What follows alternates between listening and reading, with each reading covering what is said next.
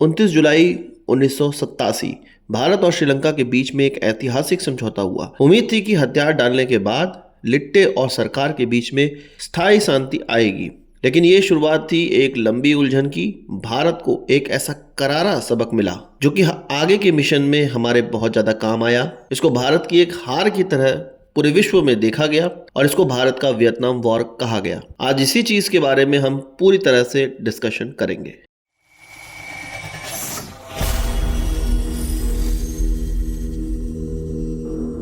एक नई वीडियो के साथ आपका स्वागत है डिफेंस टुडे में। आज हम जानेंगे किस तरह से भारत का जो श्रीलंका में पीस कीपिंग मिशन गया वो धीरे धीरे पीस इन्फोर्समेंट मिशन बन गया और इसमें भारत को शिकस्त का सामना करना पड़ा या भारत को खाली हाथ वापस आना पड़ा। बात 1987 की है, जब हमारे प्रधानमंत्री राजीव गांधी थे। उनकी माता से उनको एक डॉक्ट्रिन प्राप्त हुआ था जो कि भारत किस तरह से अपने पड़ोसी देश में राज करेगा, इस चीज़ का डॉक्ट्रिन था जिसको मोनरो डॉक्ट्रिन भी कहते हैं। और ये जो कि मोनरो डॉक्ट्रिन से प्रभावित था और ये मोनरो डॉक्ट्रिन यूएस में चल रहा था। अगर आप इसको सरल भाषा में समझना चाहें तो इंदिरा गांधी के समय में जिस तरह से बांग्लादेश को आज़ाद कराया गया, अन्य देशों पे एक पकड़ बनाई गई, वो कुछ इसी डॉक्ट्रिन से आई हुई थी। राजीव गांधी इस डॉक्ट्रिन को एडॉप्ट तो करना चाहते थे पर थोड़ा कम रिस्क लेके। उन्होंने इस डॉक्ट्रिन का इस्तेमाल तो किया पर एक तरह से पीस कीपिंग इंटरवेंशन की तरह, ना कि पूरी तरह से अपना मिलिट्री इन्वेजन करने के बजाय। तो 29 जुलाई 1987 में भारत और श्रीलंका के बीच में एक करार होता है जिसमें कि भारत ये कहता है कि तमिल विद्रोही जो कि श्रीलंका को परेशान किए हुए हैं उनसे वो सरेंडर करवाएगा, शांति करवाएगा। और जे.आर. जयवर्धने जो कि उस समय के प्रेसिडेंट थे श्रीलंका के, उनको ये विश्वास दिलाया गया कि भाई अब हम शांति बहाल कर देंगे। इससे पहले हम लोग पुरानी बातों में जाते हैं। ये जो श्रीलंका में तमिल विद्रोही थे सिंगलियों के खिलाफ हथियार उठा चुके थे और उस समय मोस्टली सिंघली सरकारें ही चलती थी जो सिंघलियों के बारे में सोचते थे, तमिल के बारे में नहीं सोचते थे।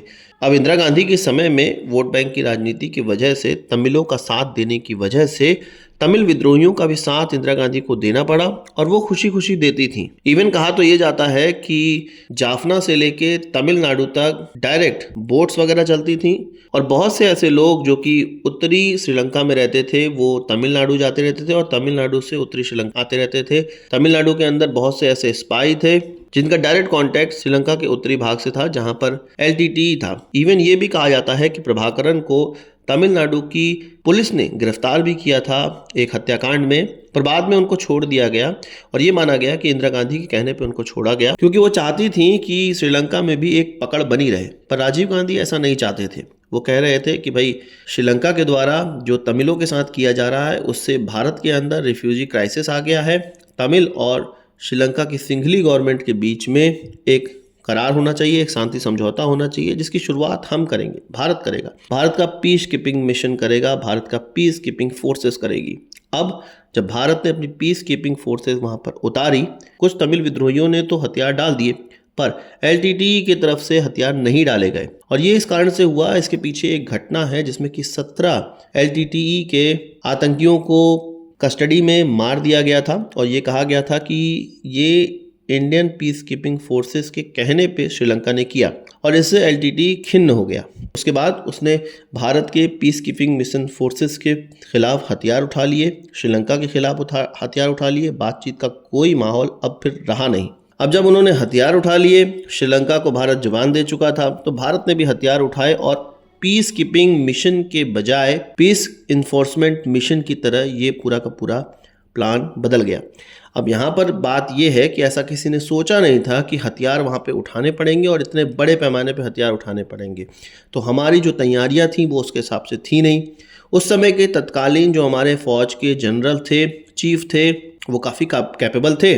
पॉलिटिकल और सेना के बीच के जो विलिंगनेस थी वो समन्वय उसका नहीं बैठ रहा था। एक सिनर्जी की कमी दिख रही थी। नेवी और वायुसेना का इस्तेमाल तो किया जा रहा था पर किसी में भी सिनर्जी नहीं थी, किसी में भी एक रूपता नहीं थी। सब अपनी अपनी तरीके से काम कर रहे थे। कोई ये नहीं देख रहा था कि दुश्मन किस प्रकार से काम कर रहा है। दुश्मन ने कन्फेंट्रेशन की जो टैक्टिक्स थी उसको छोड़कर गुरिल्ला वॉर की टैक्टिक्स इस्तेमाल कर ली थी, मारो और भागो वाली टैक्टिक्स इस्तेमाल कर ली थी।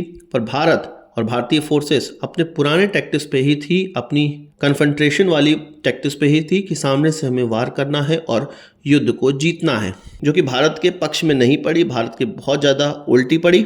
और हमने लगभग 1000 से ज़्यादा सैनिक, और ये बहुत ज़्यादा भी डिस्क्लोज नहीं होता है कि कितने सैनिक वहाँ पे हमारे शहीद हुए, वीरगति को प्राप्त हुए, पर ये एक अनुमान के मुताबिक 1200 तक के लगभग हमारे जो जवान थे वो वहाँ पर वीरगति को प्राप्त हुए। कहा जाता है कि हम लोगों ने अपने मार्कोस का इस्तेमाल किया, अपने पैरा फोर्सेस का इस्तेमाल किया, अपनी सबमरीन्स का इस्तेमाल किया, अपने फ्रिगेट्स का इस्तेमाल किया गया, यहाँ तक कि हमने अपने नेवल गन का भी इस्तेमाल किया। नेवल गन से दुश्मन की या प्रभाकरण की कुछ बोट्स को नुकसान तो पहुंचाया गया। इसके अलावा अपने टोही विमानों के द्वारा भी हमने उनकी बोट्स को नुकसान पहुंचाया, उनकी जानकारियां प्राप्त करी। पर कहीं ना कहीं हमारी ये भी चूक वहां पर रही कि भले ही प्रभाकरण या LTTE हमारे रेडियो संदेशों को पकड़ नहीं पाता था, पर उसको कहीं ना कहीं हमारे अगले मूव की जानकारी हो जाती थी, और बहुत ढेर सारा एसेट डिप्लॉय करने के बावजूद हम उसको उतना नुकसान नहीं पहुंचा पा रहे थे जितना पहुंचाना चाहिए था। इसका बड़ा कारण कहा जाता है कि जासूसों का था, और जिस प्रकार से LTTE की भारत के अंदर पकड़ थी या भारत के अंदर पहुंच थी, उस कारण से सारी जानकारियां उनको प्राप्त होती रहती थी। ये कहा जाता है कि इस पीस कीपिंग मिशन में या इस युद्ध में कुछ 4 लाख ट्रूप्स का इस्तेमाल किया गया, 8000 गाड़ियों का इस्तेमाल किया गया, 1 लाख टन इक्विपमेंट त्रिनकोमाली एक स्थान है, एक टाउन है जो कि जाफना के नज़दीक है, वहाँ पर तक पहुँचाया गया। यहाँ पर हमारी एलीट फोर्सेस मार्कोस का जब इस्तेमाल किया गया, उनकी तरफ से 50 स्पेशल ऑपरेशंस परफॉर्म किए गए, जो कि दुश्मन को काफ़ी नुकसान तो पहुँचाते थे, पर फिर से वही बात, इसकी जानकारियाँ दुश्मन को हो जाती थी। 2 साल के कठिन डिप्लॉयमेंट के बाद 1989 में श्रीलंका में एक नई सरकार आ जाती है, नए प्रेसिडेंट आ जाते हैं, राणा सिंघे प्रेमदास, और उनकी तरफ से क्लियर कट कह दिया गया भारत से कि अब अपनी पीस कीपिंग फोर्सेस को वापस लेके जाओ। कहा जाता है कि ये LTTE के साथ थे और भारत की फोर्सेस को निकालने में इनका योगदान था। उस समय हमारे यहाँ VP सिंह की गवर्नमेंट आ जाती है, और VP सिंह इस चीज का समर्थन करते हैं और अपने भारतीय फौज को मार्च 1990 तक श्रीलंका से बाहर कर लेते हैं। ये भी कहा जाता है कि जब 2 साल का युद्ध हम लोगों ने लड़ा वहां पर, उसके बाद 1989 तक हमारी जो जड़ें थी वो स्ट्रांग होती चली जा रही थी, और हमें धीरे धीरे अंदाजा होने लगा था कि किस तरह से LTTE से लड़ना है।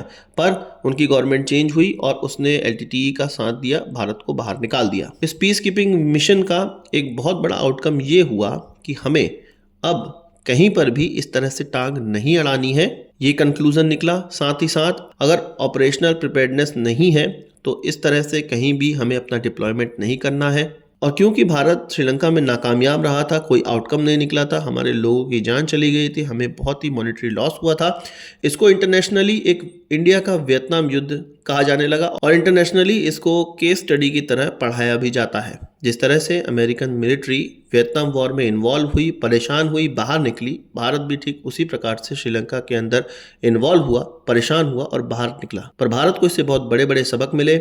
आज जो हम लोग अपनी गुरिल्ला वॉर की टैक्टिक्स इस्तेमाल करते हैं, जो दुश्मनों को नुकसान पहुंचाते हैं, इस बड़े युद्ध का आउटकम भी है और इससे मिली शिक्षा का आउटकम भी है। बहुत सी चीजें छूटी होंगी, आप कमेंट बॉक्स में बताइएगा। नमस्कार, थैंक यू, जय हिंद।